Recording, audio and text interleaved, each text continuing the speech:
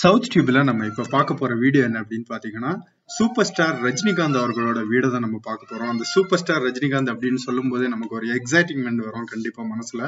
இது சென்னையில எங்க அமைஞ்சிட்டு இருக்கு அப்படின்னா போயஸ் கார்டன். போயஸ் கார்டன் அப்படின்னு சொல்லும் போதே நமக்கு எல்லாருக்கும் தெரியும், ஜெயலலிதா அவர்களோட வீடும் இங்கதான் அமைஞ்சிட்டு இருக்கு. இப்போதைக்கு சசிகலா, தனுஷ் இவங்க 2 பேருமே போயஸ் கார்டன்ல தான் வீடு கன்ஸ்ட்ரக்ஷன் அப்படின்றது பண்ணிட்டு இருக்காங்க.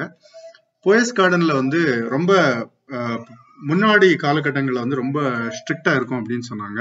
பட் இப்போதைக்கு கொஞ்சம் ஃப்ரீயா தான் இருக்கு. இந்த போர்டு பலகை போயஸ் கார்டன் அப்படின்ற ஸ்ட்ரீட் அப்படிங்கிறது இங்க இருந்தா ஆரம்பிக்கும். இந்த ரோட்ல டெட் எண்ட்ல அமைஞ்சிட்டு இருக்கிறது வேதா நிலையம்.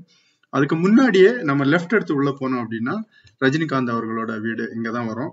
ராகவேந்திர அவென்யூ அப்படின்ற ஒரு ஸ்ட்ரீட்டுக்குள்ளதான் அவரோட வீடு அமைஞ்சிட்டு இருக்கு.